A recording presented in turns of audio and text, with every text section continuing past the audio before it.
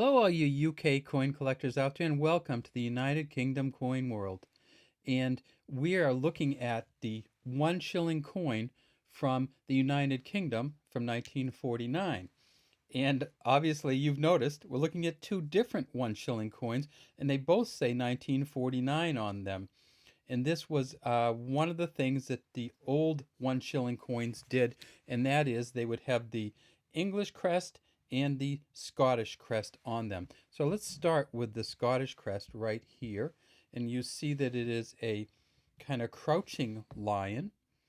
It says Fid Def at the top, or Defend with the Faith. There's a 19 on this side.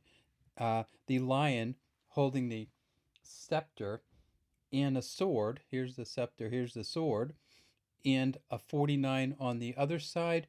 And the lion has a crown on its head, as you can see, and it is standing or crouching on top of a crown. So let's see if we can get that in there too.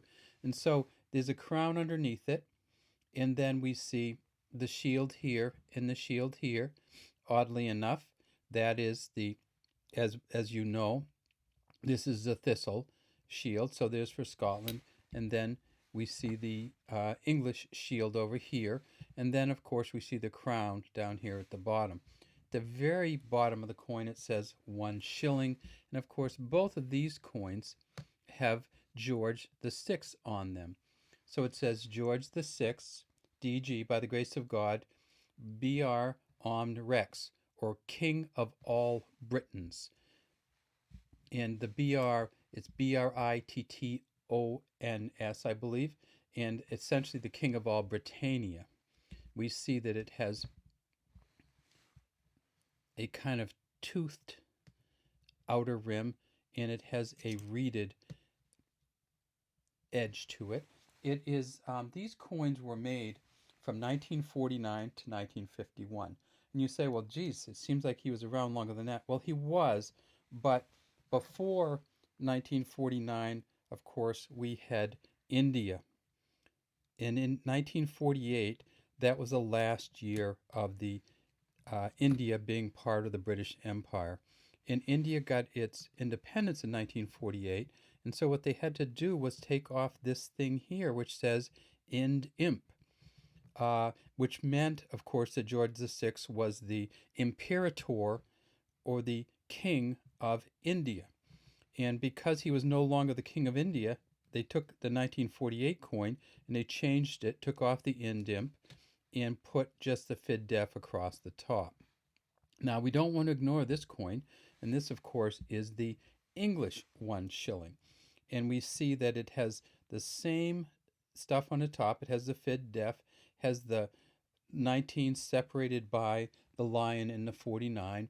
But in this case, we don't have the shields, and we have a larger crown, and we have a crowned lion who is not crouching with the scepter and the sword, but is standing, and it looks for all the world like it has its tongue out. You tell me if that tongue isn't sticking out.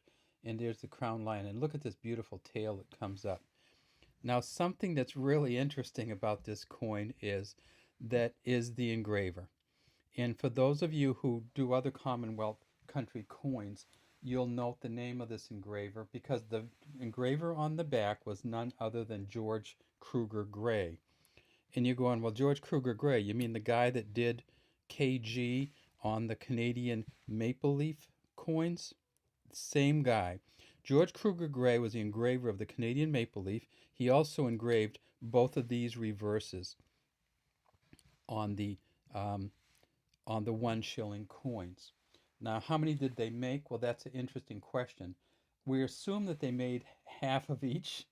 They made 21,243,000 total, and these are probably worth $1 to $2 each. One of the other questions we have sometimes is, okay, we know that from 49 to 51, and of course it ended in 51 because George VI died in 52, and so they didn't make any in 52. But why did they, if they changed it in 48, why didn't it go back even further? Because George VI was king prior to that. Well, it turns out that in 1946, they changed the coins and they took the silver out. Under the Coinage Act of 1946, it went from 50% silver to 75% copper, 25% nickel. And the 1946 and before coins weigh the same amount, 87.3 grains. However, they are silver before 1946. So if you get one of these before 1946, make sure that you take good care of that, because it's a very, very valuable coin in silver value alone.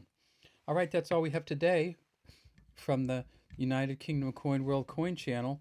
And sorry about the little bit of darkness on this side of the screen, but we got the sun out full, and I really wanted to film in the full sun today. All right, feel free to subscribe to our channel and leave any comments you might have in the comment section.